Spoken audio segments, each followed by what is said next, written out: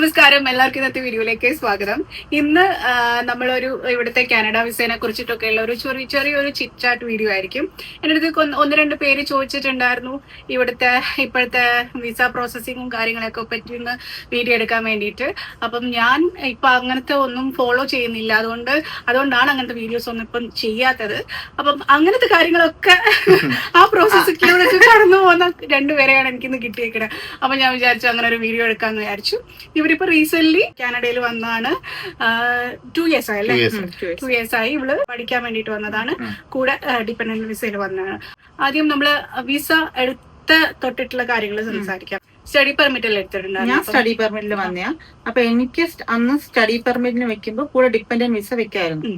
അങ്ങനെയാണ് ഏട്ടനും കൊച്ചും കൂടെ വരുന്നത്. ഓക്കെ, ഏത് വർഷമായിരുന്നു അത്? ഞാൻ 2023 ഏപ്രിലാണ് വരുന്നത്. ഓക്കെ, ഇവര് 2023 സെപ്റ്റംബറിൽ. വിസ ഒക്കെ 23 തന്നെ അപ്ലൈ ചെയ്തോ അതോ അതിന് മുന്നേ ആയിരുന്നു? എത്ര നാളെടുത്തു? ഇല്ല, വിസ എല്ലാം ഞാൻ 23 ജാനുവരിയിലാണ് അപ്ലൈ ചെയ്യുന്നത്.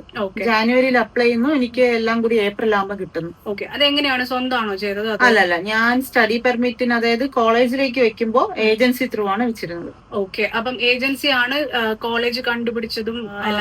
കോളേജിന്റെ കുറച്ച് ഓപ്ഷൻസ് ഉണ്ടായിരുന്നു. ഇപ്പൊ കോളേജ് സെലക്ട് ചെയ്തത് ഞാനാണ്, കോഴ്സും സെലക്ട് ചെയ്തത് ഞാനാണ്. അവർ കുറച്ച് ഏതൊക്കെ നമ്മുടെ ബാക്ക്ഗ്രൗണ്ടിന് മാച്ച് ആവുന്ന രീതിയിലുള്ള കോഴ്സ് വേണമല്ലോ എടുത്തു വരാൻ. അപ്പൊ അങ്ങനെ ഒരു കോഴ്സ് എടുത്തതും കോളേജ് സെലക്ട് ചെയ്തതൊക്കെ ഞാനാണ്. ഓക്കെ, കോളേജ് സെലക്ട് ചെയ്തു. അവര് കുറെ ഓപ്ഷൻസ് തന്നു, അതിൽ നിന്ന് നമ്മൾ സെലക്ട് ചെയ്തു അല്ലേ? നമുക്ക് ഇഷ്ടമുള്ള കുറച്ച് കോഴ്സ് ഞാൻ അവരോട് പറഞ്ഞായിരുന്നു.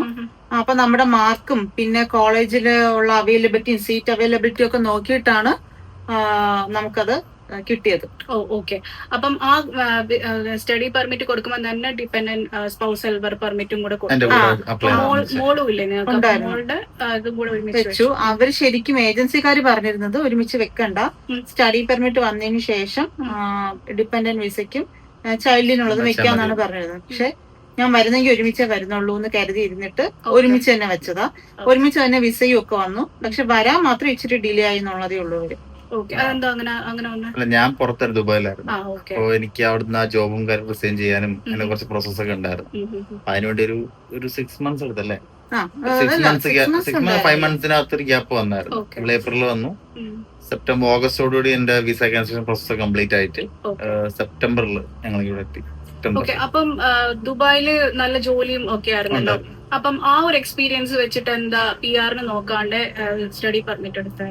അന്ന് പക്ഷെ അതിനെപ്പറ്റി വലിയ ഐഡിയ ഇല്ലായിരുന്നു. സ്കിൽഡ് ജോബ് ആയിരുന്നു ഞാൻ ചെയ്തുകൊണ്ടിരുന്നത്. ഇലക്ട്രീഷ്യൻ അല്ലെങ്കിൽ ടെക്നിക്കൽ എഞ്ചിനീയറിംഗ് ഫീൽഡ് ആയിരുന്നു. അപ്പം അങ്ങനെ ഒരു ഓപ്ഷൻ ഉണ്ടായിരുന്നു. പക്ഷെ അന്ന് നമ്മൾ പിന്നെ അതിനെപ്പറ്റി ചിന്തിക്കാതെ ഈ ഒരു ഡിപെൻഡന്റ് ഇതിൽ വന്നത്. പിന്നെ വേഗം എത്തിപ്പെടാൻ ഒരു ഓപ്ഷൻ എന്നുള്ള സ്റ്റുഡന്റ് വിസ ആയിരുന്നു. കാരണം മറ്റ് ഇതിനൊക്കെ പോകുന്നെങ്കിൽ തന്നെ സ്കിൽഡ് PR ഒക്കെ നോക്കാൻ ഒരുപാട് ഏജൻസി ഉണ്ട്. പക്ഷെ അതിനനുസരിച്ച് സ്കാം കൂടുതൽ പറ്റുള്ളൂ. പിന്നെ കുറെ സ്കാം ഉണ്ട് ദുബായിലാണെങ്കിലും. ഒരുപാട് സ്കാം ഉണ്ട്. ഈ ഇങ്ങനത്തെ PR സ്കിൽഡ് ജോബ്സ് എന്നൊക്കെ പറഞ്ഞുകൊണ്ട് ഇന്റർവ്യൂ കാര്യങ്ങളൊക്കെ ചെയ്ത് പൈസ മേടിക്കുന്ന കുറെ പരിപാടികളുണ്ട്. ഒരു റിസ്ക് ഫാക്ടർ ഉണ്ടായിരുന്നു. പിന്നെ അതുകൊണ്ട് പിന്നെ ഇത് സേഫും ഈസിയസ്റ്റ് വേണ്ട പിന്നെ അങ്ങനെ കയറി വന്നു. നിങ്ങള് കൺസൾട്ടൻസി വഴിയായിരുന്നല്ലോ, അവര് ഓക്കെ ആയിരുന്നു? അവര് ആദ്യം ഞാൻ അപ്രോച്ച് ചെയ്തിരുന്ന കൺസൾട്ടൻസി നല്ല ഫേമസ് ആയിട്ടുള്ള കൺസൾട്ടൻസി ആണ്. പക്ഷെ എനിക്ക് അവർ ഓക്കെ അല്ലായിരുന്നു. അപ്പൊ അതുകൊണ്ട് പിന്നെ ഞാൻ ട്രിവാൻഡ്രത്ത് തന്നെയുള്ള SIEC ആണ് അപ്രോച്ച് ചെയ്തത്. അവരുമായിട്ടുള്ള കമ്മ്യൂണിക്കേഷൻ നല്ലതായിരുന്നു. അവർ ഫോളോ അപ്പ് ചെയ്യുന്നുണ്ടായിരുന്നു. അങ്ങനെയൊക്കെ ഭയങ്കര നല്ലൊരു പോസിറ്റീവ് ആയിരുന്നു ഇവരുടെ സൈഡിൽ നിന്ന്. ഞാൻ ആദ്യം മറ്റേ ഏജൻസിനെ അപ്രോച്ച് ചെയ്യുമ്പോഴത്തേക്ക് അവര് കുറച്ച് നെഗറ്റീവ് കാര്യങ്ങളൊക്കെ പറഞ്ഞു. പിന്നെ നെഗറ്റീവിനേക്കാൾ എന്താന്ന് വെച്ചാൽ ഇവര് ഫോളോ അപ്പ് ചെയ്യില്ല. നമ്മൾ അങ്ങോട്ട് വിളിച്ചാലും ഫോളോ അപ്പ് ചെയ്യില്ല. അപ്പൊ നിങ്ങള് അങ്ങോട്ട് പൈസ കൊടുത്തിട്ടുണ്ടോ? ഇല്ല. ഈ ആദ്യം പോയ ഏജൻസിക്ക് ഞാനൊരു 1500 രൂപ രജിസ്റ്റർ ചെയ്തിരുന്നു. രജിസ്ട്രേഷൻ ഫീ ഉണ്ടായിരുന്നു. പക്ഷെ SIECക്ക് രജിസ്ട്രേഷൻ ഫീ ഒന്നും ഉണ്ടായിരുന്നില്ല. ഡയറക്റ്റായിട്ട് നമ്മൾ വിളിച്ച് സംസാരിച്ചു, രജിസ്ട്രേഷൻ ചെയ്തു. അങ്ങനെയാണ്. അതിനുശേഷമാണ് പിന്നെ IELTS എഴുതാനൊക്കെ സപ്പോർട്ട് ചെയ്തത്. എത്ര നാളെടുത്തു വിസ അപ്ലൈ ചെയ്യാനും? നിങ്ങൾ കോണ്ടാക്ട് ചെയ്തിട്ട് വിസ? ആദ്യം അതിന്റെ അടുത്ത് അവരെ അപ്രോച്ച് ചെയ്തപ്പോ അവര് പറഞ്ഞത് IELTS എഴുതിയിട്ട് നമുക്ക് ബാക്കി കാര്യം നോക്കാമെന്നായിരുന്നു. IELTS എനിക്ക് തോന്നുന്നു ഞാൻ എഴുതുന്നത് 2022 എഴുതുന്നത്. 22 എനിക്ക് മാസം ഏതാന്ന് ഓർമ്മയില്ല. പക്ഷെ 22 എഴുതുന്നത്. എഴുതിയിട്ട് ശരിക്കും ഞാൻ ആ 20 ഓഗസ്റ്റിൽ വരാനിരുന്നതാണ്. I mean September ഇൻടേക്കിന് വരാനിരുന്നായിരുന്നു. അപ്പൊ എഡ്യൂക്കേഷൻ ലോൺ എടുത്തിട്ടാണ് വന്നത്. അപ്പൊ എഡ്യൂക്കേഷൻ ലോൺ ഒന്ന് ഡിലേ ആയപ്പോഴത്തേക്ക് അത് ഞാൻ ജാനുവരിയിൽ 2023 ജാനുവരി ഇൻടേക്കിന് വേണ്ടി ഡിഫർ ചെയ്തു. എന്നിട്ട് പിന്നെ ഞാൻ തന്നെ ഒന്ന് ഡിലേ അടിപ്പിച്ചത് എന്റെ സിസ്റ്ററിന്റെ മാരേജ് കാരണം ഒന്ന് ഡിലേ അടിപ്പിച്ചിട്ട് അവിടെ നിന്ന് ജാനുവരിയിൽ ഞാൻ ഡിഫർ ചെയ്ത് മെയ്യിലാക്കി, മെയ് ഇൻടേക്കിലേക്ക് ആക്കി. അപ്പൊ നിങ്ങൾക്ക് ഡയറക്ട്ലി യൂണിവേഴ്സിറ്റി ആയിട്ട് കമ്മ്യൂണിക്കേഷൻ ഒന്നുമില്ല, എല്ലാം ചെയ്തത് കൺസൾട്ടൻസി? അല്ല, കൺസൾട്ടൻസി ആണ് കോളേജിലേക്കൊക്കെ അപ്ലൈ ചെയ്യുന്നെങ്കിലും ബാക്കി കോളേജിന്റെ മേലൊക്കെ നമുക്ക് തന്നെ വരുന്നത്. അപ്ലൈ ചെയ്ത് കോളേജിലാണോ അതോ യൂണിവേഴ്സിറ്റി? കോളേജിലാണ്. ഞാൻ 1+1 ഇയർ ആണ് എടുത്തത്. അപ്പൊ 1+1 ഇയർ എടുക്കുമ്പോ എത്ര stay back? 3 years stay back. Fees ഒക്കെ എത്ര ഏകദേശം? ഞാൻ ആദ്യം പഠിച്ച കോഴ്സിന് അറൌണ്ട് 20,000 ആയി. 19,000 പ്ലസ് ആയിരുന്നു CAD. ഇന്ത്യൻ മണിയാകുമ്പോ ഒരു 11 lakh 12 lakh in between 11 to 12 ആയിരുന്നു. ഓക്കെ. അപ്പൊ നാട്ടിൽ നിന്ന് അടച്ചിട്ടാണ് ആ ഒരു കോഴ്സ് മാത്രം നാട്ടിൽ നിന്ന് അടച്ചിട്ട് വന്നു, എന്നിട്ട് ഇവിടുന്ന് എക്സ്റ്റെൻഡ് ചെയ്യുമായിരുന്നു. അതെങ്ങനെയായിരുന്നു? നാട്ടിൽ നിന്ന് 1 ഇയറിന്റെ ഫുൾ ഫീയും നമ്മൾ അടയ്ക്കണം. ഓക്കെ. അതായത് അപ്പൊ എനിക്ക് 1 ഇയർ ആയിരുന്നല്ലോ ഫസ്റ്റ് കോഴ്സ്. അപ്പം ആ കോഴ്സിന്റെ ഫുൾ എമൗണ്ടും പേ ചെയ്തിട്ടാണ് നമ്മൾ വരുന്നത്. പിന്നെ ഇവിടെ വന്നതിന് ശേഷം സെക്കൻഡ് ഇയർ നമ്മൾ കോഴ്സ് എടുക്കുന്നതാണല്ലോ, നമുക്ക് വേണമെങ്കിൽ 4 month ഗ്യാപ്പ് ഇട്ട് എടുക്കാം. ഇപ്പൊ എന്റെ കോഴ്സ് മെയ് 2023 സ്റ്റാർട്ട് ചെയ്തിട്ട് December 23 തന്നെയാണ് എൻഡ് ചെയ്യുന്നത്. അപ്പൊ എനിക്ക് അടുത്തൊരു 4 മാസത്തെ ഗ്യാപ്പ് ഇട്ടിട്ട് നെക്സ്റ്റ് കോഴ്സ് വേണമെങ്കിൽ 2024 മെയ് ഇൻടേക്കിൽ എടുക്കാം. പക്ഷെ ഞാൻ ഗ്യാപ്പ് എടുത്തില്ല, പകരം 24 ജാനുവരി തന്നെ അടുത്ത് ജോയിൻ ചെയ്തു അടുത്ത കോഴ്സിന്.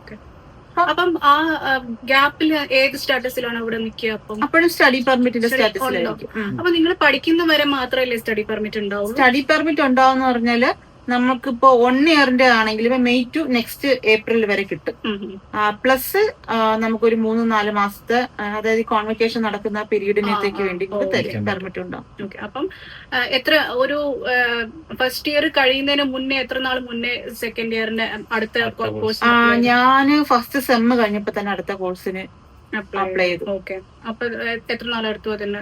അതൊരു 1 month 2 month എടുത്തിട്ടുള്ളൂ. പക്ഷെ നമ്മൾ എന്നിട്ട് അത് സീറ്റ് സെക്യൂർ ചെയ്യാനായിട്ട് എനിക്ക് തോന്നുന്നു ഫസ്റ്റ് സെമ്മിന്റെ ഫീയും അടയ്ക്കണം.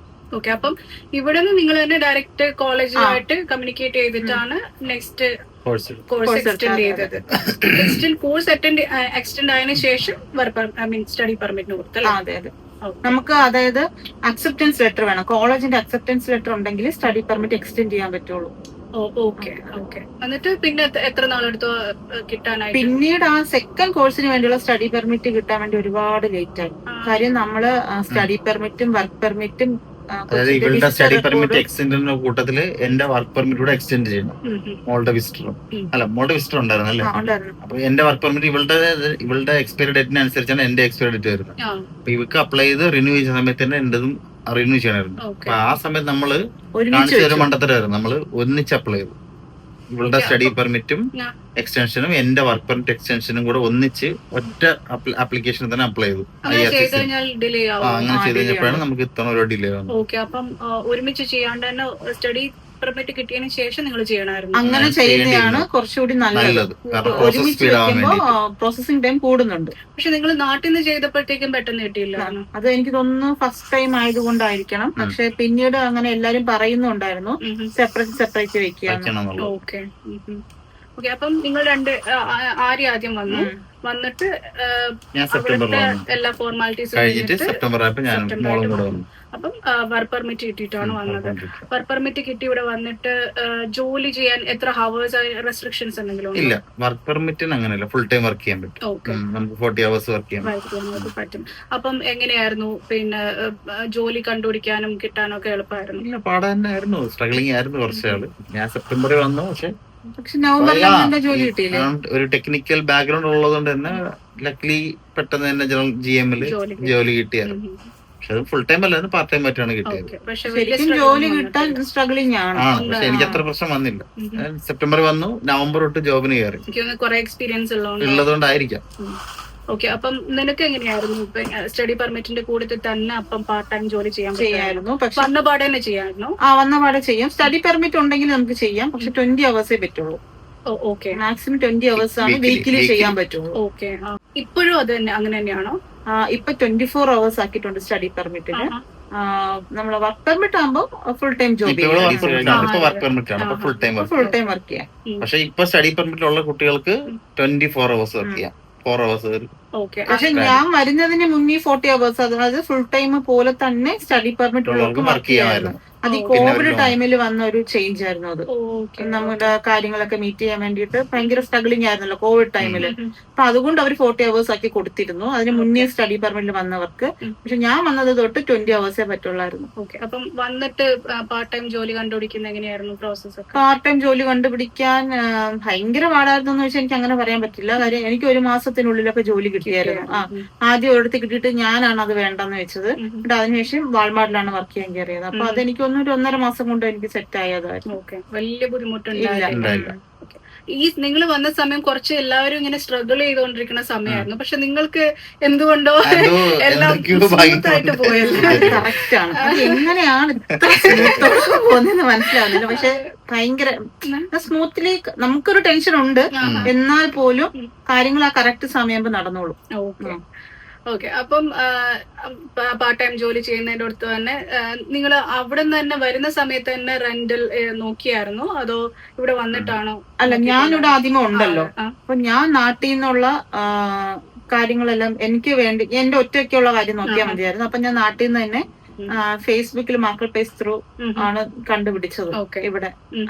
എന്നിട്ട് അങ്ങനെ എനിക്ക് മലയാളീനെ തന്നെ ഒരു കൊച്ചെനിക്ക് മെസ്സേജ് ചെയ്ത് അവർക്ക് അവിടെ റൂം അവൈലബിൾ ആണെന്ന് പറഞ്ഞു.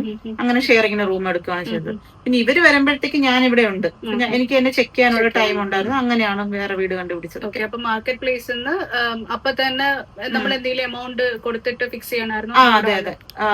ഫസ്റ്റ് മന്ത് റെന്റ് നാട്ടിൽ നിന്ന് അയച്ചു. പക്ഷെ അതിൽ ഒരുപാട് സ്കാം ഒക്കെ നടക്കുന്നുണ്ടായിരുന്നു. അതായത് ഇപ്പൊ അവരിങ്ങനെ വീടുണ്ട് എന്ന് പറഞ്ഞിട്ട് നോർമൽ ഗൂഗിൾ ഫോട്ടോസ് ഒക്കെ അയച്ചു കൊടുക്കും. അപ്പൊ പിള്ളേർ അതൊക്കെ വിശ്വസിക്കും, ഇങ്ങനത്തെ റൂമാണ് കാര്യങ്ങളാണെന്നൊക്കെ പറയുമ്പോ. എന്നിട്ട് അവര് ഫസ്റ്റ് മന്ത് റെന്റ് ഇടാൻ പറയും. ഫസ്റ്റ് മന്ത് റെന്റ് എനിക്ക് തോന്നുന്നു ഒരാൾക്ക്, അതായത് ഷെയറിംഗ് ആയിട്ട് വരുമ്പോൾ 500 CAD എങ്ങാണ്ട മിനിമം. 500 CAD എന്ന് പറയുമ്പോൾ നാട്ടില് 30,000-32,000 രൂപയുണ്ട്. അത് ഒറ്റയടിക്ക് ഒരാളുടെ അവർക്ക് കിട്ടും. ഇതുപോലെ 10-20 പേരെന്ന് അവർ മേടിക്കുന്നുണ്ട്. നമുക്കിതിപ്പോ സ്കാം ഏതാ നല്ലതാന്ന് അറിയാൻ പറ്റില്ല. അങ്ങനെ കുറെ ഇഷ്യൂസ് ഉണ്ടായിരുന്നു. പക്ഷെ എന്താ ഭാഗ്യം കൊണ്ട് എനിക്ക് അങ്ങനെ സംഭവിച്ചിട്ടില്ല. ഞങ്ങൾ ഇവിടെ ഉണ്ടായിരുന്നതുകൊണ്ട് ഇവർക്ക് പോയിട്ട് നോക്കാൻ പറ്റി. എൻക്വയറി ചോദിച്ചിട്ട് പോയി ചെക്ക് ചെയ്ത് അങ്ങനെ റൂം എടുത്തിടാൻ പറ്റി. പക്ഷെ ആദ്യത്തെ റൂം ഞങ്ങൾ കണ്ടു, ഒരുപാട് ഒത്തിരി ഭയങ്കര ചെറിയ റൂമായിരുന്നു അല്ലെ? അപ്പം അതിന് എത്രയായിരുന്നു ഏകദേശം കൊടുത്തിട്ടുണ്ടായിരുന്നു? അത് റെന്റ് കുറവായിരുന്നു അതിന്. എനിക്ക് തോന്നുന്നു അത് ഇൻക്ലൂഡിങ് എല്ലാം കൂടെ 400-നകത്തേ വരുന്നുള്ളൂ. യൂട്ടിലിറ്റി എല്ലാം കൂടെ ഇൻക്ലൂഡ് ചെയ്തിട്ട് 400 CAD-നകത്തേ വരുന്നുണ്ടായിരുന്നുള്ളൂ. പക്ഷെ പറഞ്ഞ പോലെ എനിക്ക് തോന്നുന്നു ആ വീട്ടിൽ ഒരു 13-14 പേരുണ്ട്. പക്ഷെ അത് ലീഗലി അത്രയും പേര് നിർത്താൻ പാടില്ല. പക്ഷെ എനിക്കൊന്നുണ്ട് അങ്ങനെ. കോളേജിന് തൊട്ടടുത്താണല്ലോ, എനിക്ക് തോന്നുന്നു ഒരു 6 മിനിറ്റ് എങ്ങാണ്ട് നടക്കാനുള്ളൂ കോളേജിലേക്ക്. അപ്പൊ അത് ഭയങ്കര ഈസിയാണ്. പിന്നെ കുറച്ചുകൂടെ മാറി എടുക്കായിരുന്നു. ഞങ്ങൾക്ക് ബസ് പാസ് ഫ്രീ ആണ്, ട്രാൻസിറ്റ് ഫ്രീ ആണ്. കോളേജ് തന്നെ തരുന്നുണ്ട് പ്രസ്റ്റോ കാർഡ്. അപ്പൊ അതിൽ 3 മാസം കൂടുമ്പോ അവര് തന്നെ ചാർജ് ചെയ്താണ് നമുക്ക് കാർഡ് തരുന്നത്. അപ്പൊ അത് ഫ്രീ ആയിരുന്നു. ദുർഹം റീജിയനിൽ എവിടെ വേണേലും ട്രാവൽ ചെയ്യാം. ദുർഹം മാത്രമേ പറ്റുള്ളൂ? അതോ ഇവിടെ ദുർഹം റീജിയനിൽ എവിടെ വേണോ ട്രാവൽ ചെയ്യാം. സ്കാർബോയ്ക്ക് മുന്നേ വരെ വരാം. പിന്നെ ഗോ ബസ്സും, പക്ഷെ ഗോ ബസ് ആക്സസ് ചെയ്യാൻ പറ്റത്തില്ല. നോർമൽ ബസ് മാത്രമേ പറ്റുള്ളൂ. ഗോ ബസ് പറ്റത്തില്ല, അതിന് എക്സ്ട്രാ ചാർജ് ചെയ്യേണ്ടി വരും. ഗോ ബസ്സിലാണെങ്കിൽ ഈ ഇവിടുത്തെ ചാർജ് ഇവർക്ക് നോർമൽ ബസ്സിൽ മാത്രമേ എവിടെ വേണോ ട്രാവൽ ചെയ്യാം ഫ്രീ ആയിട്ട് ആ പാസ് വെച്ചിട്ട്. പഠിക്കാനൊക്കെ എങ്ങനെയായിരുന്നു അവിടെ? പഠിക്കേണ്ടത് നാട്ടിലേക്കാളും ഒരുപാട് ഡിഫറെന്റ് ആണ് ഇവിടുത്തെ പഠന രീതി. ഇപ്പോ നമ്മളെ പഠിപ്പിക്കുന്നതാണെങ്കിലും നമുക്ക് കൂടുതൽ പ്രോജക്റ്റ്, ഒരുപാട് അസൈൻമെന്റ്, അങ്ങനെ. ഇപ്പൊ നാട്ടിൽ എക്സാം എന്നൊക്കെ പറഞ്ഞു കഴിഞ്ഞാൽ നമ്മളിങ്ങനെ ഒരുപാട് പേപ്പറിലോളം ഇഷ്ടംപോലെ പേപ്പർ എഴുതി അങ്ങനെയല്ല. ഇതൊന്നുമല്ല. നമ്മുടെ മാർക്ക് അവര് ബേസ് ചെയ്യുന്നത് നമ്മൾ വെക്കുന്ന പ്രോജക്റ്റ്, അസൈൻമെന്റ്, പിന്നെ ക്വിസ് ആണ് കൂടുതൽ. പിന്നെ എനിക്ക് ഇവിടുത്തെ ഒരു പോസിറ്റീവായിട്ട് തോന്നിയിട്ടുള്ള കാര്യം എന്താണെന്ന് വെച്ചാൽ നമുക്ക് എന്താ എക്സ്പീരിയൻസ്. നമ്മളിപ്പോ എങ്ങനെയാണ് ഒരു സൈറ്റിൽ ചെന്നാലും നമ്മൾ എങ്ങനെയായിരിക്കും നമ്മുടെ എക്സ്പീരിയൻസ് കൊണ്ട് നമ്മൾ പഠിക്കുന്ന കുറെ കാര്യങ്ങളില്ലേ, അതുമാതിരിയാണ് നമ്മുടെ അസൈൻമെന്റ് എല്ലാം വരുന്നത്. ഇതിപ്പോ നമ്മുടെ പണ്ട് ഇപ്പം നാട്ടില് ഉണ്ടെന്ന് തോന്നുന്നു, പണ്ടൊരു DPP അതേപോലെ അല്ലെ, കുറച്ചും കൂടെ പ്രാക്ടിക്കൽ കാര്യങ്ങൾ ഓറിയന്റേഷൻ ചെയ്തിട്ടാണ് നമ്മളെ പഠിപ്പിക്കുന്നത്. അത് ഇവിടുത്തെ സ്കൂളും ഏകദേശം അങ്ങനെയാണ്. അപ്പൊ എനിക്ക് അത് കുറച്ചുകൂടെ നല്ല ബെനിഫിറ്റ് ആയിട്ട് തോന്നി. അത് അസൈൻമെന്റ്സ് കൂടുതൽ അങ്ങനെ അസൈൻമെന്റ്സ് ഉണ്ട്. അസൈൻമെന്റ്സ് ഇഷ്ടം പോലെ ഉണ്ട്. എക്സാം കുറവാണെങ്കിൽ അസൈൻമെന്റും പ്രൊജക്റ്റും ഇഷ്ടം പോലെ ഉണ്ട്. അപ്പൊ എക്സാം എങ്ങനെയാണ്? എക്സാം നമുക്ക് ഓരോ സെമ്മിലും ഓരോ സബ്ജക്റ്റിനും ഓരോ എക്സാമേ വരുന്നുണ്ട്. പക്ഷെ അതിന്റെ ഇടയിൽ കുറെ അസൈൻമെന്റും ക്വിസും ഒക്കെ ഉണ്ട്. അപ്പൊ കൂടുതലും ഇപ്പൊ ലാസ്റ്റത്തെ, അതായത് സെം എക്സാമിന് എനിക്ക് തോന്നുന്നു 20% എങ്ങാണ്ട് വെയിറ്റേജ് ഉള്ളൂ. ബാക്കി 80% വെയിറ്റേജ് വരുന്നതും നമ്മുടെ അസൈൻമെന്റ്സും ക്വിസും കാര്യങ്ങളും ഒക്കെയാണ്. അപ്പം ക്ലാസ് കട്ട് ചെയ്യാന്നുള്ളത് എനിക്കറിയില്ല. പക്ഷെ പലർക്കും പല രീതിയെന്ന് തോന്നുന്നു. എനിക്ക് പറ്റിയിട്ടില്ല. കാര്യം നമ്മൾ അറ്റൻഡൻസ് ഉൾപ്പെടെ ഇതിനകത്ത് കയറുന്ന കാര്യമാണ്. ഓക്കെ, അറ്റൻഡൻസും കൂടെ നിങ്ങളുടെ ഇതിന് മാർക്കിന് മാർക്കിന് കാരണം ഈ സ്റ്റുഡൻസ് പാർട്ട് ടൈം വർക്കിംഗ് കൂടെ ആകുമ്പോഴത്തേക്കും പരമാവധി പിള്ളേർ ചെയ്യുന്ന കൂടുതൽ വർക്കിന് ചിലപ്പോൾ ഇമ്പോർട്ടൻസ് കൊടുക്കും, ക്യാഷും ഇവിടുത്തെ ചെലവും കാര്യങ്ങൾക്ക് വേണ്ടിയിട്ട്. അപ്പൊ ക്ലാസ് സ്കിപ്പ് ചെയ്യും. അപ്പൊ ക്ലാസ് സ്കിപ്പ് ചെയ്യുമ്പോൾ അറ്റൻഡൻസ് പ്രശ്നം വരും. ഇവിടെ സംബന്ധിച്ച് അങ്ങനത്തെ ഒരു ഇഷ്യൂ വന്നിട്ടില്ല, അറ്റൻഡൻസ് പ്രശ്നം വന്നിട്ടില്ല. രണ്ടും ഒരു ഇത് മാനേജ് ചെയ്ത് പോയായിരുന്നു.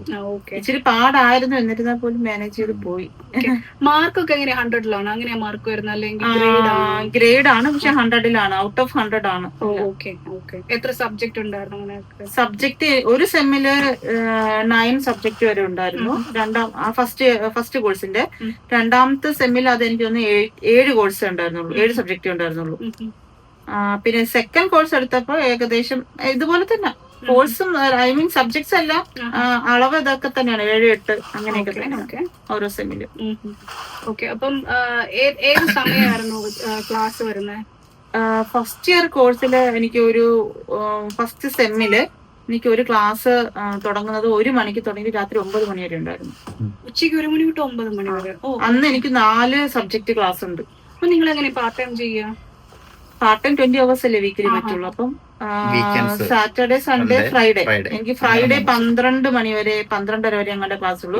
പക്ഷെ ഞാൻ പാർട്ട് ടൈം ഓവർനൈറ്റ് ആ ചെയ്തോണ്ടിരുന്നത്. ഓക്കെ, അപ്പൊ പാർട്ട് ടൈം എന്ന് പറയുമ്പോൾ നിങ്ങൾക്ക് 8 hours കണ്ടിന്യൂസ് ജോലി ചെയ്യാൻ പറ്റുമോ ഒരു ദിവസം? പറ്റും. അപ്പൊ അങ്ങനെ സാറ്റർഡേ, സൺഡേ എടുക്കാം. ഫ്രൈഡേ, സാറ്റർഡേ 3 ദിവസം ഞാൻ ഓവർനൈറ്റ് ആയതുകൊണ്ട് എനിക്ക് കറക്റ്റ് ആയിട്ട് കിട്ടുമായിരുന്നു. എനിക്ക് അതായത് നമ്മുടെ ലഞ്ച് ബ്രേക്ക് എല്ലാം കഴിഞ്ഞിട്ട് അത് 7 മണിക്കൂറായിട്ട് കൗണ്ട് ആവുള്ളൂ. അപ്പം 7, 14, 21 അതില് 1 hour കുഴപ്പമില്ല, എക്സ്ട്രാ ആവുന്നതിനൊന്നും കുഴപ്പമില്ല. സ്റ്റഡി പെർമിറ്റ് കഴിഞ്ഞ് കോൺവെക്കേഷൻ കഴിഞ്ഞതിന് ശേഷമാണോ വർക്ക് പെർമിറ്റിന് അപ്ലൈ ചെയ്യുന്നത്? എങ്ങനെയാണ്? രണ്ടാമത്തെ കോഴ്സും കഴിഞ്ഞതിന് ശേഷമാണ് വർക്ക് പെർമിറ്റിന് അപ്ലൈ ചെയ്യുന്നത്. അപ്പൊ ഞാൻ രണ്ടാമത്തെ കോഴ്സ് കഴിയുന്നത് 2024 ഓഗസ്റ്റിലാണ് രണ്ടാമത്തെ കോഴ്സ് കഴിയുന്നത്. എന്നിട്ട് ഇവര് നമ്മുടെ കോളേജിൽ നിന്ന് മാത്രമാണ് ഈ graduation letter, verification of graduation എന്ന് പറഞ്ഞ ലെറ്റർ കോളേജിൽ നിന്ന് തരണം. ബാക്കി എല്ലാ കോളേജിലും, ഞാൻ ദുരം കോളേജിലാണ് പഠിച്ചത്, ബാക്കി എനിക്കറിയാവുന്ന ഫ്രണ്ട്സ് ഒക്കെ പഠിച്ച കോളേജില് എക്സാം കഴിഞ്ഞ ഉടനെ അവരത് കൊടുക്കും. റിസൾട്ട് വന്ന ഉടനെ കൊടുക്കും. നമുക്ക് റിസൾട്ടും വന്ന് ഗ്രാജുവേഷന് ഒരാഴ്ച മുന്നേ ഇത് തരുള്ളൂ. അപ്പൊ അത്രയും ഡിലേ വരും. അടുത്ത പേപ്പർ വെച്ച് നമുക്ക് വർക്ക് പെർമിറ്റിന് അപ്ലൈ ചെയ്യാൻ പറ്റുള്ളൂ. അടുത്തതിന് ആര്യയുടെ വർക്ക് പെർമിറ്റിന് അപ്ലൈ ചെയ്ത് കഴിഞ്ഞാലേ നിങ്ങൾക്കും ചെയ്യാൻ പറ്റും.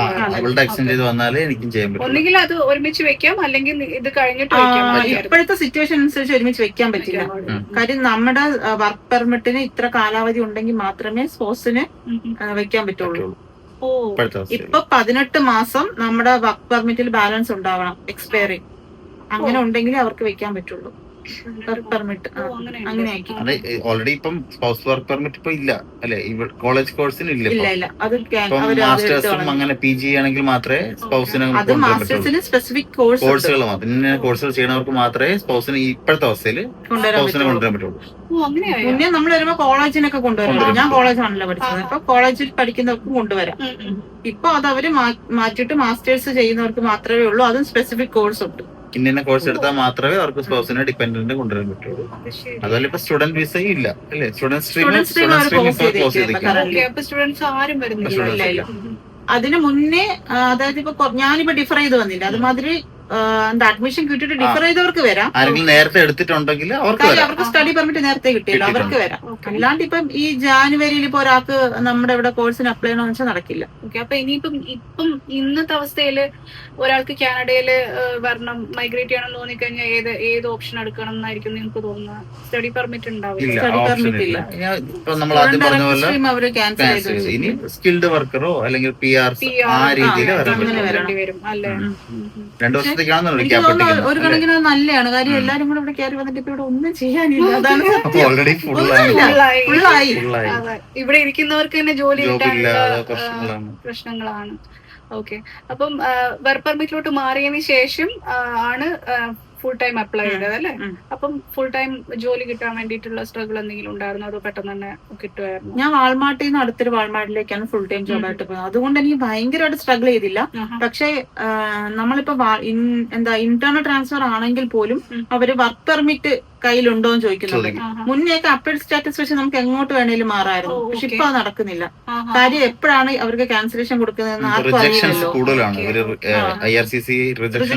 റിജക്ഷൻ റേറ്റ് നല്ല കൂടുതലാണ്. അപ്പൊ അതുകൊണ്ട് എംപ്ലോയേഴ്സിന് ഒരു ഡൗട്ടാണ്. കാരണം അപ്ഡേറ്റ് സ്റ്റാറ്റസ് നിൽക്കുന്ന ഒരാളെ നമ്മൾ ഹയർ ചെയ്ത് കഴിഞ്ഞാൽ ഇൻ കേസ് അവർക്ക് വർക്ക് പെർമിറ്റ് റിജക്ഷൻ ആയി കഴിഞ്ഞാൽ പിന്നെ അവർക്കൊന്നും ചെയ്യാൻ പറ്റില്ല, നമ്മളെ ലേ ഓഫ് ചെയ്യാനേ പറ്റുള്ളൂ. അപ്പൊ അതുകൊണ്ട് വാലിഡ് ആയിട്ടുള്ള വർക്ക് പെർമിറ്റ് കയ്യിലുള്ളതാണല്ലോ. നമ്മളൊരു എംപ്ലോയിനെ ഹയർ ചെയ്ത് വെച്ചിട്ട് ഒരു മിഡിൽ അവര് ഇതെന്താ വർക്ക് പെർമിറ്റ് കിട്ടിയില്ല, റിജക്ഷൻ ചെയ്തു എന്ന് പറഞ്ഞു കഴിഞ്ഞാൽ പിന്നെ അവർക്ക് അവരെ വെച്ചോണ്ടിരിക്കാൻ പറ്റില്ല. അവരെ പറഞ്ഞു വിട്ടാലേ വാലിഡ് ആയിട്ടുള്ള വാലിഡിറ്റി ഉള്ള വർക്ക് പെർമിറ്റ് ഉള്ള ഹോൾഡേഴ്സിനെ മാത്രമേ ഇപ്പൊ എംപ്ലോയേഴ്സും ഹയർ ചെയ്യുന്നുള്ളൂ. അതാണ് ഇപ്പോഴത്തെ ഒരു സിറ്റുവേഷൻ. അപ്പൊ ഇനിയിപ്പം 3 years വർക്ക് പെർമിറ്റ് ഉണ്ട്. അപ്പം 40 hours വർക്ക് ചെയ്യാം, വീക്ക്ലി 40 hours വർക്ക് ചെയ്യാം. ഓക്കെ. അപ്പം ഇനിയുള്ള നിങ്ങൾ എന്താണ് PR അപ്ലൈ ചെയ്യാനുള്ള പ്രോസസ് എങ്ങനെയായിരിക്കും പോവുക? അത് PNP വെച്ചിട്ട് ചെയ്യണോ അതോ സ്കിൽഡ് വർക്ക് ഇപ്പൊ ചെയ്യുന്ന ജോലിയുടെ ബേസ് ചെയ്തിട്ട് ചെയ്യാൻ പറ്റുമോ? അതിനെ പറ്റി എങ്ങനെയാണ് നിങ്ങൾ നോക്കുന്നത്? ശരിക്കും പറഞ്ഞാൽ അതിനെപ്പറ്റി നമ്മൾ ഇതുവരെ ചിന്തിച്ച് തുടങ്ങിയിട്ടില്ല. കാര്യം 3 വർഷം ഉണ്ടല്ലോ എന്നുള്ള ഒരു ഇതിലിരിക്കണം. പക്ഷെ അങ്ങനെ ഇരിക്കാൻ പാടില്ല ശരിക്കും പറഞ്ഞ. കാര്യം സമയം പെട്ടെന്ന് പോകും. ഇപ്പൊ തന്നെ എനിക്ക് 6 മാസം ആവുന്നു വർക്ക് പെർമിറ്റ് കിട്ടിയിട്ട്. 6 മാസം ആവുന്നു. ഒരു നവംബർ ഡിസംബർ ആ ടൈമിലാണ് കിട്ടുന്നത്. ഇവർക്ക് അതിനുശേഷമാണ് കിട്ടിയതെങ്കിൽ പോലും എനിക്ക് എപ്പോഴാണോ കിട്ടിയിരിക്കുന്നത് അതേ ഡേറ്റ് ഇട്ട് വെച്ചാണ് ഇവർക്ക് കിട്ടിയിരിക്കുന്നതും എക്സ്പയറി ഡേറ്റും അങ്ങനെയാണ്. അപ്പം മോൾക്ക് ടെമ്പററി വിസയാണ് അല്ലെ? Visitor record. അപ്പം അവൾക്ക് ഇവിടെ പഠിക്കാനും അങ്ങനെയുള്ള കാര്യങ്ങളൊക്കെ പഠിക്കാൻ പറ്റും. അത് ഇനി നെക്സ്റ്റ് ഇവർക്ക് വിസയ്ക്ക് വെക്കാൻ പറ്റില്ല. അത് ഓട്ടോമാറ്റിക്കലി അവർ ചേഞ്ച് ചെയ്യും. 5 വയസ്സ് മുതലുള്ള കുട്ടികൾക്ക് അവർ സ്റ്റഡി പെർമിറ്റ് ആണ് കൊടുക്കുന്നത്. അപ്പൊ നിന്റെ വിസ എപ്പോഴാണോ എക്സ്പയർ ആവുന്ന ആ സമയത്ത് തന്നെ അവൾക്കും എക്സ്പയർ ആവുന്ന രീതിയിലുള്ള സ്റ്റഡി പെർമിറ്റ്. അപ്പം അവരെ ട്രീറ്റ് ചെയ്യുന്നത് ഇവിടുത്തെ കുട്ടികൾ തന്നെ ആയിട്ട് തന്നെയാണ്. അപ്പം ഇവിടെ സ്കൂളുകൾക്ക് ഫ്രീ ആണ്. അതുപോലെ മെഡിക്കൽ, അത് നിങ്ങളുടെ കാര്യം തന്നെ മെഡിക്കൽ ചോദിക്കുകയാണെന്ന് വെച്ച് കഴിഞ്ഞാൽ സ്റ്റഡി പെർമിറ്റ് എടുക്കുന്ന സമയത്ത് മെഡിക്കൽ ഇൻഷുറൻസ് ഒക്കെ എങ്ങനെയായിരുന്നു? സ്റ്റഡി പെർമിറ്റ് ഉള്ളപ്പോ എനിക്ക് കോളേജിൽ ഹെൽത്ത് ഇൻഷുറൻസ് ഉണ്ടായിരുന്നു. അപ്പൊ ഞാൻ എന്നിട്ട് ഇവരെ ആഡ് ചെയ്തു. നമ്മൾ എക്സ്ട്രാ ക്യാഷ് കൊടുത്തിട്ട് അവരെ ആഡ് ചെയ്യാൻ പറ്റുമായിരുന്നു. $1000 എങ്ങോട്ട് അടുപ്പിച്ച് 1 ഇയറിലേക്ക്. ഓക്കെ. അപ്പൊ അതിലെല്ലാം ഇൻക്ലൂഡഡ് ആയിരുന്നു. ഇവിടെ ഡെന്റൽ കവർ ആവില്ല, പക്ഷെ ബാക്കിയൊക്കെ കിട്ടുമായിരുന്നു. അതിനുശേഷം വർക്ക് പെർമിറ്റ് കിട്ടിക്കഴിഞ്ഞാൽ പിന്നെ ഇവിടുത്തെ ഹെൽത്ത് കാർഡ് തന്നെ ഉണ്ടല്ലോ. അതായത് നമുക്ക് ഇവിടുത്തെ വർക്ക് പെർമിറ്റിലായി വർക്ക് ചെയ്യാൻ തുടങ്ങി ഫുൾ ടൈം ജോബ് ഉണ്ടെങ്കിലാണ് ഹെൽത്ത് ഇൻഷുറൻസ് തരുള്ളൂ. നമുക്ക് ഫുൾ ടൈം ജോബ് ഉള്ളത് കൊണ്ട് ഹെൽത്ത് ഇൻഷുറൻസ് കിട്ടി. നമ്മൾക്ക് 3 പേർക്ക് ഇവിടുത്തെ വകുപ്പുണ്ട്. ഫാമിലി ഡോക്ടറും ഓക്കെ. അപ്പം നിങ്ങളുടെ എല്ലാം ഇപ്പം ഓഹിപ്പിൽ ചൈൽഡ് ബെനിഫിറ്റ് എങ്ങനെയായിരുന്നു? ഇവിടെ വന്ന പാടെ സ്റ്റഡി പെർമിറ്റിൽ ഇരിക്കുമ്പോഴും നിങ്ങൾക്ക് അപ്ലൈ ചെയ്യാൻ പറ്റുമായിരുന്നു? അങ്ങനെയല്ല, നമ്മൾ ഇവിടെ എത്തി 18 മാസം കഴിഞ്ഞാലാണ് ചൈൽഡ് ബെനിഫിറ്റ് കിട്ടി തുടങ്ങുള്ളൂ. ഓക്കെ. 18 മാസം ആവണം. അതായത് പ്രൈമറി അപ്ലിക്കന്റ് അപ്ലൈ ചെയ്യാൻ 18 മാസം ആവണം അതോ 18 മാസം ആവണം അപ്ലൈ ചെയ്യാൻ? ആഫ്റ്റർ 18 months മാത്രമേ നമുക്ക് അപ്ലൈ ചെയ്യാൻ പറ്റൂ. അപ്ലൈ ചെയ്ത് കഴിഞ്ഞാൽ അടുത്ത മാസം തൊട്ട് കിട്ടും. 18ാമത്തെ മാസം തൊട്ടുള്ളത് 19ാം മാസം കിട്ടും. ഓക്കെ. അപ്പൊ 18 മാസം കിട്ടുന്ന സമയത്ത് മുന്നേ ഇവിടെ വന്നത് തൊട്ടിട്ടുള്ള കിട്ടുമോ അതോ? ഇല്ല. ഓക്കെ. അപ്പൊ 18 മാസം തൊട്ട് പിന്നെ സ്റ്റാർട്ട് ആവുള്ളൂ. അത് ശരി. ഓക്കെ. ഇതിന്റെ ഇടയിൽ നമ്മൾക്ക് ഇപ്പൊ വിസ ഇല്ലാണ്ടിരിക്കുകയല്ലായിരുന്നു ഇടയ്ക്ക്. അതായത് എക്സ്പയർഡ് ആയിട്ട് കുറച്ച് നാൾ ഇല്ലാണ്ടിരുന്നല്ലോ വർക്ക് പെർമിറ്റ്. അത് അപ്ഡേറ്റ് സ്റ്റാറ്റസ് നിൽക്കുമ്പോൾ നമുക്ക് ഇത് കിട്ടില്ല, ചൈൽഡ് ബെനിഫിറ്റ് കിട്ടില്ല. ഉണ്ട്. അപ്പൊ നമുക്കിപ്പോ ഈ വർക്ക് പെർമിറ്റ് അവർ അപ്രൂവ് ചെയ്ത് വന്നു കഴിഞ്ഞ് ഇത് വീണ്ടും റീ അപ്ലോഡ് ചെയ്യുമ്പോഴത്തേക്ക് നമുക്കിപ്പോ ഒരു 3 മാസത്തെ പെൻഡിങ് ഉണ്ടെങ്കിൽ ഇതെല്ലാം കൂടെ ഒരുമിച്ച് 4ാം മാസം കിട്ടും. പിന്നെ ഡേ കെയർ ഫെസിലിറ്റി നമുക്ക് ഉണ്ടായിരുന്നു. കാര്യം ഇപ്പൊ സ്റ്റഡി പെർമിറ്റിലാണ് ഒരാൾ വരുന്നതെങ്കിൽ പ്രൈമറി അപ്ലിക്കന്റ് ഫുൾ ടൈം സ്റ്റഡിയും സ്പോർട്സ് ഫുൾ ടൈം വർക്ക് പെർമിറ്റിലും, അതായത് വർക്ക് ചെയ്യുന്ന ഡീറ്റെയിലും 28 hours. മിനിമം 28 hours വർക്ക് ചെയ്യുന്നുണ്ടെങ്കിൽ നമുക്ക് ചൈൽഡ് കെയർ കിട്ടും. ഡേ കെയർ അല്ലെങ്കിൽ ഡേ കെയർ കിട്ടും. അങ്ങനെയാണ് ഡേ കെയറിൽ പൊക്കോണ്ടിരുന്നത്. ഫുൾ ടൈം സ്റ്റഡി ആണല്ലോ. ഫുൾ ഫ്രീ ആണ്, ഫുൾ ഗവൺമെന്റ് പെയ്ഡ് ആണ്. പിന്നെ പക്ഷെ അതിന് പ്രശ്നം വെച്ചാൽ ഈ ഒരു ഡേ കെയറിൽ ഒരു 6 പേരെന്തോ ഉള്ളൂ സ്ലോട്ട്. 6 കുട്ടികളെ മാത്രമേ അത് നമ്മള് home based day care. Home based day കെയറും അല്ലാത്തതും തമ്മിൽ എന്താ വ്യത്യാസം? Home based licensed day care ഉണ്ട്. ഓക്കെ. അപ്പൊ അവർക്ക് സബ്സിഡി ഗവൺമെന്റ് തന്നെ കൊടുത്തോളൂ. നമുക്ക് വേറെ ഇതൊന്നുമില്ല, നമ്മൾ പൈസ ഒന്നും കൊടുക്കും. ഫീസ് ഉണ്ടാവും, പക്ഷെ അത് ഗവൺമെന്റ് അവർക്ക് മന്ത്ലി 1000 സംതിങ് ആയിരുന്നു. കാര്യം നമുക്ക് അതിന്റെ ബില്ല് വരും. പക്ഷെ നമുക്കൊന്നും അടയ്ക്കണ്ട. നിങ്ങൾ ടാക്സ് ചെയ്യുന്ന സമയത്ത് ഇത് അടക്കും, ഇതിന്റെ നമ്മുടെ ആവുന്നില്ലാത്ത നമുക്ക് അത് കാണിക്കാൻ പറ്റും. ഇനിയിപ്പോ PR-ന്റെ പ്രോസസ്സ് പതുക്കെ തുടങ്ങാമല്ലോ. ചെയ്യണം. അപ്പം ആര്യാണല്ലോ ഇവിടെ വന്നിട്ടുള്ളത് സ്റ്റഡി പെർമിറ്റ് എടുത്തിട്ട്. അപ്പം ആര്യ തന്നെ പ്രൈമറി ആപ്ലിക്കന്റ് ആവണോ അതോ അരുണിന് ചെയ്യാൻ പറ്റുമോ PR? അരുണിനും ചെയ്യാം. ആർക്കാണോ ജോലി അതിന്റെ ബാക്ക്ഗ്രൗണ്ടിലോട്ട് മാച്ച് ആയി പോകുന്നത്, അത് നമ്മുടെ പ്രീവിയസ് ജോബായിട്ട് മാച്ച് ആയി പോകുന്ന ജോലി കിട്ടിക്കഴിഞ്ഞാലും മതി, കുഴപ്പമൊന്നുമില്ല. ചെയ്തു പോകും എനിക്ക് തോന്നുന്നു. പക്ഷെ ഏട്ടനാണ് ഇപ്പം ഈ ഇവരുടെ ഫീൽഡിൽ ഒരു ജോബ് കിട്ടുന്നെങ്കിൽ നമുക്ക് ടെക്നിക്കൽ സ്കിൽഡ്, ഞാൻ ഇലക്ട്രിക്കൽ എഞ്ചിനീയറിംഗ് ഫീൽഡാണല്ലോ, അപ്പൊ ആ ഫീൽഡിലോട്ടാണ് ജോബ് കിട്ടുന്നെങ്കിൽ ഞാൻ പ്രൈമറി ആപ്ലിക്കന്റിന്റെ പോയിന്റ് കൂടുതൽ കിട്ടും. പക്ഷെ നമ്മളത് നോക്കിക്കൊണ്ടിരിക്കുക, ആ ഫീൽഡിലോട്ട് ഇതുവരെ കിട്ടിയിട്ടില്ല. അത് കിട്ടാൻ പാടെന്താന്ന് വെച്ചാൽ നമുക്ക് ഇവിടുത്തെ ലൈസൻസ് വേണം.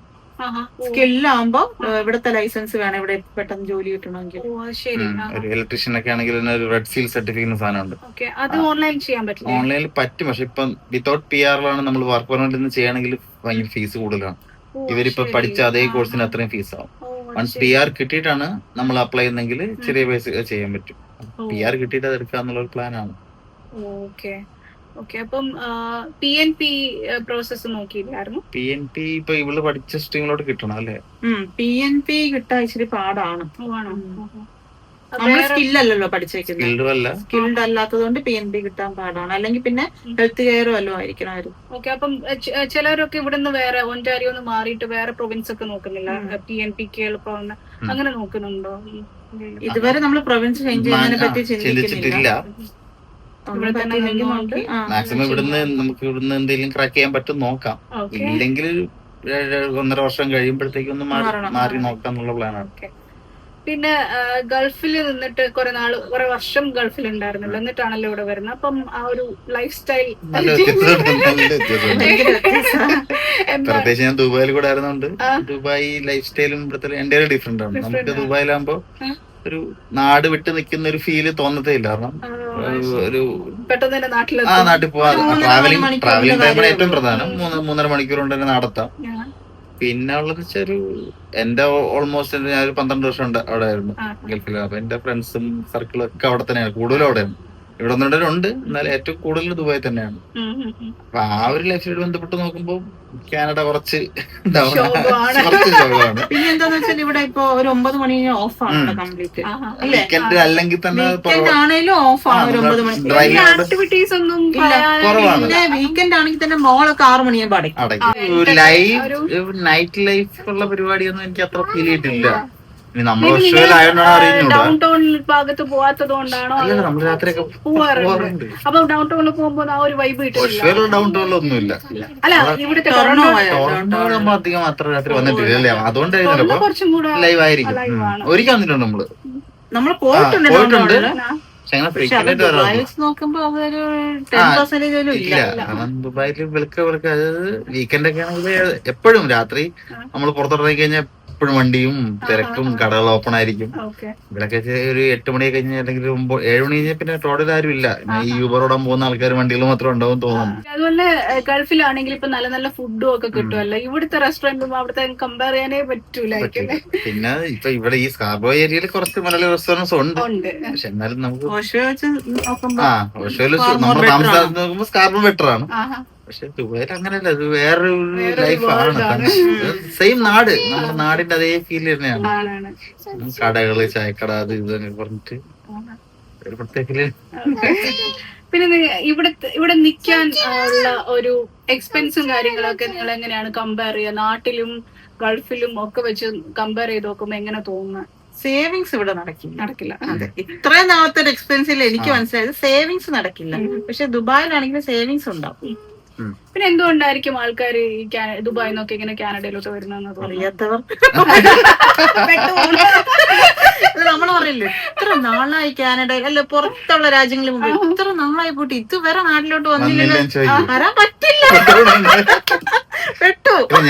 ഞാനും ദുബായിൽ ഇപ്പൊ ക്യാൻസൽ ചെയ്ത് നാട്ടിൽ വന്നിട്ട് അടുത്ത എങ്ങോട്ടാണെന്നുള്ളത് കാനഡയാണെന്ന് പറഞ്ഞപ്പോഴും പല ബന്ധുക്കളും വീടിനോട് ഇനി പിന്നെ ഇങ്ങോട്ട് ഇനി വരില്ലല്ലോ, നാട്ടിലോട്ട് വരില്ല എന്നൊരു ആ ഒരു മെന്റാലിറ്റി അതാണ്. ഈ നാട്ടിലുള്ളവരുടെ തോട്ട് എന്താന്ന് വെച്ചാല് ഇവിടെ ഭയങ്കര സംഭവം, നമ്മളിവിടെ അങ്ങ് സ്റ്റിക്ക് ഓൺ ചെയ്യുന്നതാണ്. പക്ഷെ അല്ല, ട്രാപ്പ്. പിന്നെ എനിക്ക് പിള്ളേരും അല്ലെങ്കിൽ ഇങ്ങോട്ടൊരു ബൂം എന്ന് വെച്ചാൽ ഈ ഒരു ലൈഫ് സ്റ്റൈലും പിന്നെ PR പിന്നെ ഗൾഫിൽ വെച്ചാൽ ഇപ്പൊ ദുബായിലോ GCC എവിടെയല്ലേ നമ്മൾ വർക്ക് ചെയ്യുന്ന ഒരു 60 വയസ്സ് കഴിഞ്ഞാൽ പിന്നെ നമ്മൾ തിരിച്ച് നമ്മുടെ നാട്ടിലോട്ട് തന്നെ വരണം. അവിടെ സിറ്റിസൺഷിപ്പ് അങ്ങനെ ഒന്നും പരിപാടി നടക്കില്ല അവിടെ. അപ്പം നമ്മളെ ഒരു എന്താ പറയാ യൗവനവും ആ ഒരു കൗമാരം അതെല്ലാം നമ്മൾ അവിടെ തന്നെ അങ്ങ് കൊടുത്ത് അവിടെ നിന്നാലും ഒരു 60 ദിവസം കഴിയുമ്പോഴത്തേക്കും പിന്നെ കമ്പനി പറയും പൊയ്ക്കോ കഴിഞ്ഞു, ഇനി ആരും വിസ എക്സ്റ്റെൻഡ് ചെയ്ത് പൊയ്ക്കോളുന്നു. എന്തായാലും ഒരു 60 ഏജിന് മേളിൽ പാടാണ്. ഗൾഫിലൊക്കെ കമ്പനി തന്നെ വിസയാണല്ലേ, കമ്പനി വിസ, ഇവിടുത്തെ പോലെ വർക്ക് പെർമിറ്റ് അതും നല്ലൊരു ഡിഫറൻസ് ആണ്. പിന്നെ ഇവിടെ അതാണ് പിള്ളേർ ഇവിടെ വന്ന് കുറച്ചാൾ നമ്മൾ നിന്ന് സ്ട്രഗിൾ ചെയ്ത് കഴിഞ്ഞാൽ നമുക്ക് PR എന്നൊരു ഓപ്ഷൻ ഉണ്ട്, അല്ലെങ്കിൽ സിറ്റിസൺഷിപ്പ് എന്നൊരു ഓപ്ഷൻ ഉണ്ട്. ഇവിടുത്തെ പൗരത്വം കിട്ടുക എന്നുള്ളത്, പിന്നെ കാനഡിയൻ പാസ്പോർട്ട് നമ്മൾ ഇന്ത്യൻ പറഞ്ഞിട്ടാണെന്തോ കുറച്ചുകൂടെ നമ്മൾ ഗൾഫിൽ കൺട്രിയിലെ മാർക്കറ്റിലോട്ട് പോകുമ്പോൾ കാനഡിയൻ പാസ്പോർട്ട് ഹോൾഡേഴ്സിന് കുറച്ചുകൂടെ വാല്യൂ ഉണ്ട് ഇന്ത്യൻ പാസ്പോർട്ട് ഹോൾഡേഴ്സിനേക്കാൾ. പിന്നെ നമ്മൾ ചിന്തിക്കുന്നത് എന്താന്ന് വെച്ചാല് ഇപ്പൊ നമ്മൾ ഇവിടെ നിന്നാലും നമ്മൾ നാട്ടിൽ കുറച്ച് പൈസ സേവ് ചെയ്യണം ചിന്തിക്കില്ല. അപ്പൊ അങ്ങനെ ഒരു ചിന്ത ഇല്ലാണ്ട് നമ്മൾ ഇവിടെയാണ്, നമ്മുടെ ലൈഫ് ഇനി ഇവിടെയാണ് എന്ന് പറഞ്ഞു പ്രശ്നമില്ല, നമുക്ക് വരവുണ്ട്, നമ്മൾ അതിനനുസരിച്ച് ചെലവാക്കും, അങ്ങനെ പോവാം. പക്ഷെ നമുക്ക് ഇവിടെയും ചെലവാക്കണം, കുറച്ച് ലയബിലിറ്റീസും കാര്യങ്ങളൊക്കെ ഉണ്ടെങ്കിൽ അത് പാടാം, അത് രണ്ടും മീറ്റപ്പ് ചെയ്ത് ഇത്തിരി പാടാം. ഇവിടെ വന്നിട്ട് എങ്ങനെ നിങ്ങൾക്ക് റിഗ്രറ്റ് തോന്നുന്നുണ്ടോ, എന്താണ് ഫീലിംഗ്? റിഗ്രറ്റ് ആയിട്ട് അങ്ങനെ തോന്നുന്നില്ല. പിന്നെ നമ്മളിങ്ങനെ ഒരുപാട് സ്ട്രഗിൾ ചെയ്ത് പോകുമ്പോ നമ്മൾ ചിന്തിക്കില്ലേ, ഏത് ഇപ്പൊ എന്താന്ന് വെച്ചാൽ കറണ്ട് സിറ്റുവേഷൻ അനുസരിച്ച് ഇപ്പൊ PR കിട്ടുവോ ഇല്ലയോ എന്നൊന്നും നമുക്ക് പറയാൻ പറ്റില്ല. നല്ലൊരു സ്ട്രഗ്ലിംഗ് പീരീഡ് ആണ് നമുക്ക് മാത്രമല്ല പൊതുവെ എല്ലാവർക്കും. നമ്മുടെ ഒരു ടൈമിൽ വന്നവർക്കും മുന്നേ PR കിട്ടാത്തവർക്കൊക്കെ മുന്നേ വന്നവർക്ക് കുറെ പേര് നാട്ടിൽ പോയി PR കിട്ടാൻ.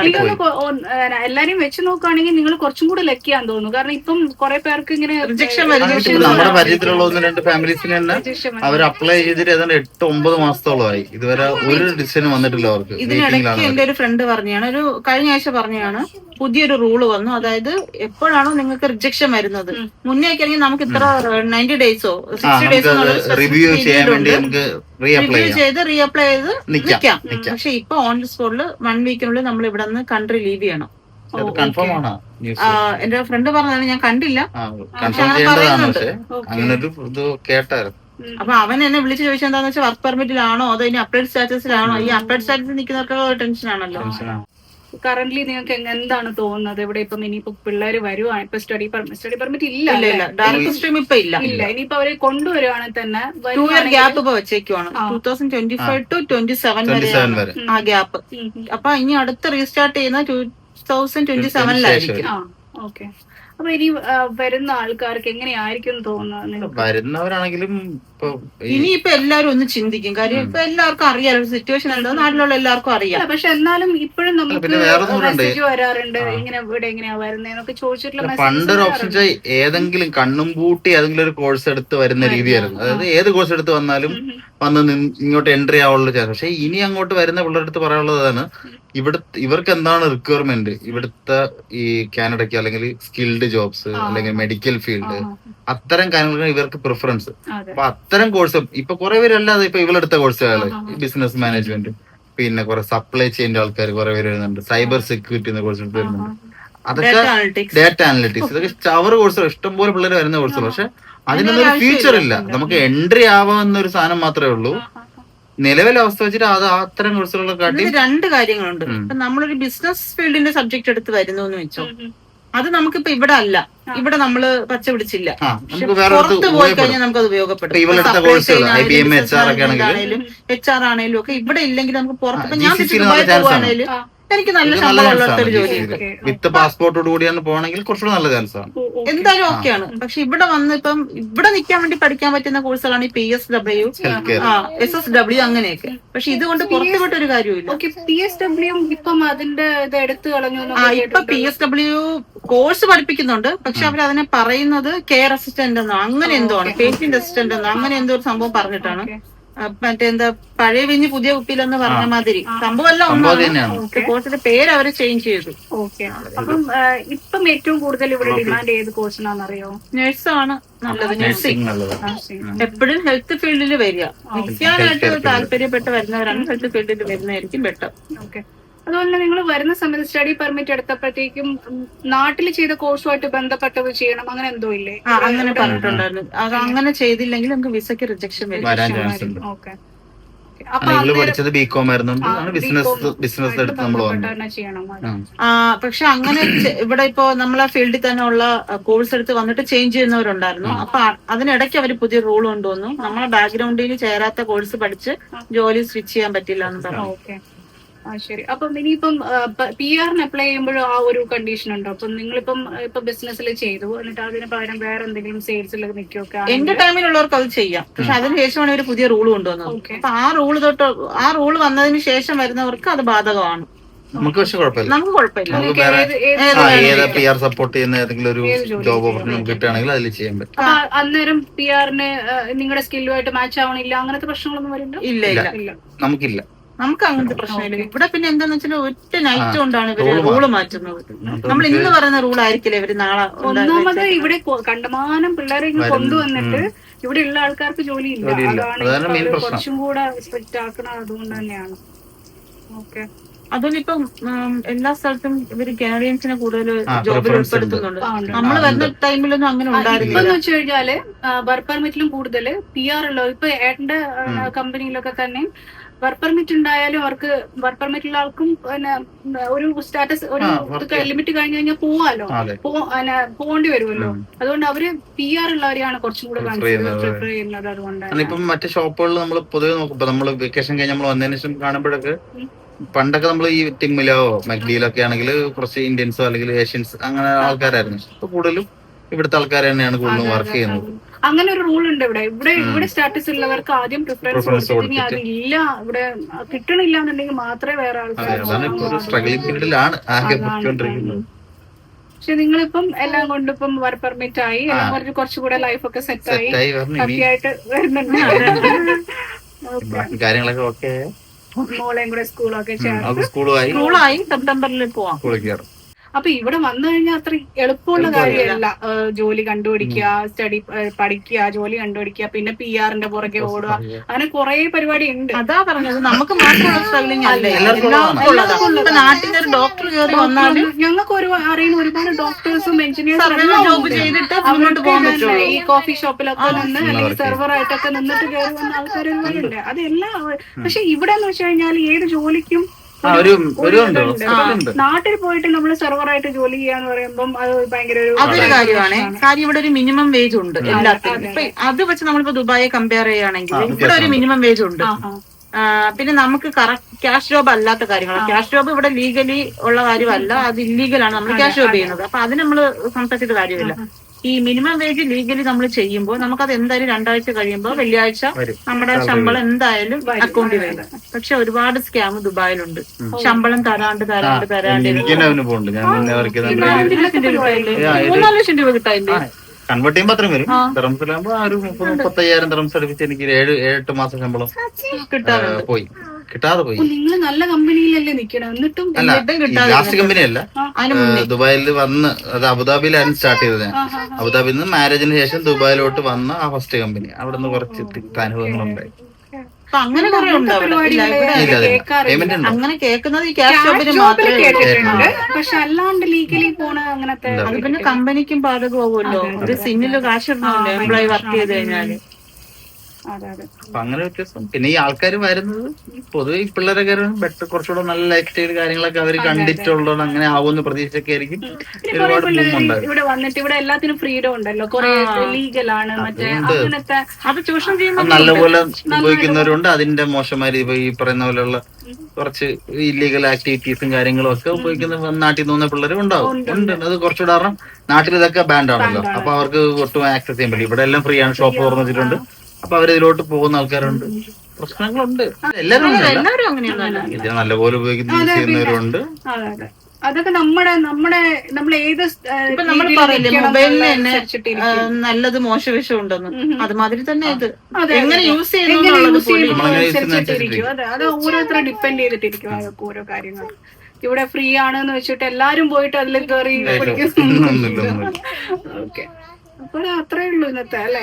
ഈ ചൈൽഡ് കെയർ ബെനിഫിറ്റ് ഒന്നും UAE-ലൊന്നും ഇല്ല, അങ്ങനെയൊന്നുമില്ല. ഇപ്പൊ ഇവിടെ സ്കൂൾ ഫ്രീ ആണല്ലോ നമുക്ക്. നമ്മുടെ നാട്ടിലെ മാതിരി ഗവൺമെന്റ് സ്കൂൾ മാതിരി സബ്സിഡിയും കാര്യങ്ങളും ഉള്ള സ്കൂളാണ്. ദുബായിലാണെങ്കിൽ ഇല്ല, ഭയങ്കര എക്സ്പെൻസീവ് ആണ് എഡ്യൂക്കേഷൻ. ഇപ്പൊ എല്ലാരും പറയുന്ന ഒരു കാര്യം ശരിയാണ്, മെഡിക്കൽ സിസ്റ്റം ഭയങ്കര ഡിലേ ആണ്, ലാഗ് ഉണ്ട്, ടൈം എടുക്കും എന്നൊക്കെ. പക്ഷെ നമുക്കിപ്പോ പെട്ടെന്ന് ഒരു പനി വന്ന് നമ്മൾ അങ്ങനെ പോയി വെയിറ്റ് ചെയ്തിട്ടുള്ള ഒരു അനുഭവം ഉണ്ടെന്ന് പറഞ്ഞു കഴിഞ്ഞാൽ എനിക്കൊരു വയറുവേദന വന്നിട്ട് പോയി. പക്ഷെ അതൊരു 1 മണിക്കൂർ വെയിറ്റ് ചെയ്തു, അവരപ്പം തന്നെ വിളിച്ചു. പിന്നെ ടെസ്റ്റ് ചെയ്യാൻ വേണ്ടി ടൈം എടുത്തു, ടെസ്റ്റിന് റിസൾട്ട് വരാൻ ഒരു വെയിറ്റിംഗ് പീരീഡ് ഉണ്ട്, അതൊക്കെ ഉണ്ടായിട്ടുള്ളൂ. അല്ലാണ്ട് നമ്മൾ ഈ മണിക്കൂറുകളോളം ഒന്നും വെയിറ്റ് ചെയ്തിട്ടില്ല. പിന്നെ ആയിരിക്കാം. പിന്നെ ഇവ പനിയൊക്കെ വന്ന് പോവുകയാണെങ്കിൽ നമ്മൾ ക്ലിനിക്കിലാണ് പോകുന്നത് നേരെ. അപ്പൊ നമ്മൾ നേരെ വിളിച്ച് അപ്പോയിന്റ്മെന്റ് എടുക്കുന്നു, പോകുന്നു. ഇല്ലെങ്കിൽ വാക്കിംഗ് ക്ലിനിക്കിൽ പോയാൽ അപ്പൊ തന്നെ കാണിക്കാം. പിന്നെ ഈ വാക്കിംഗ് ക്ലിനിക്സ് ഒക്കെ എനിക്ക് തോന്നുന്നു 7-8 മണി വരെ ഉണ്ടാവുള്ളൂ, 24 hours ഇല്ല. അതാണ് എമർജൻസി, അല്ലാണ്ട് നോർമലി ഓക്കെയാണ്. പകലാണെങ്കിൽ നമുക്ക് വാക്കിംഗ് ക്ലിനിക്കിൽ പോകാൻ ഡോക്ടർ ഉണ്ടാവും.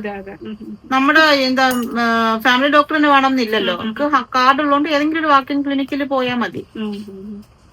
ഓക്കെ. അപ്പം ഇപ്പോഴത്തെ ഇൻഷുറൻസിൽ ഡെന്റലും മറ്റേ എന്തായിരുന്നു വിഷനും ഒഴിച്ച് ബാക്കിയൊക്കെ കവേർഡ് ഡെന്റൽ ഇല്ലാന്ന് തോന്നുന്നു. ഓക്കെ, അപ്പം അത്രയൊക്കെ ഉള്ളൂ അല്ലേ പറയാൻ. ഇനിയിപ്പം ഇവര് PR ഒക്കെ എടുത്ത്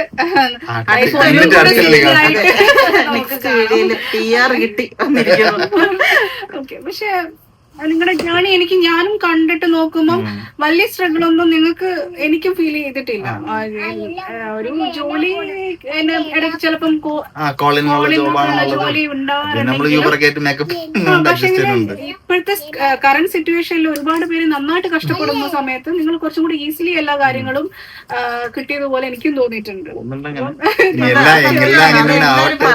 അങ്ങനെ അതേപോലെ തന്നെ സ്മൂത്ത് ആയിട്ട് PR ഒക്കെ കിട്ടിയിട്ട് മുന്നോട്ട് പോട്ടെ അല്ലെ. അപ്പൊ എല്ലാവിധ ആശംസകളും. അപ്പം എല്ലാവർക്കും വീഡിയോ ഇഷ്ടപ്പെട്ടു വിചാരിക്കുന്നു. അപ്പം നിങ്ങൾക്കും ഉണ്ടല്ലോ ഒരു യൂട്യൂബ് ചാനൽ, ബഡ്ഡിംഗ് സ്റ്റേജിലാണ് വരുന്നു. സപ്പോർട്ട് ചെയ്യാം. ഓക്കെ, അപ്പൊ അത്രേ ഉള്ളൂ. ഇനി അടുത്ത വീഡിയോയിൽ കാണാൻ. അതുവരേക്കും എല്ലാവർക്കും ബൈ ബൈ.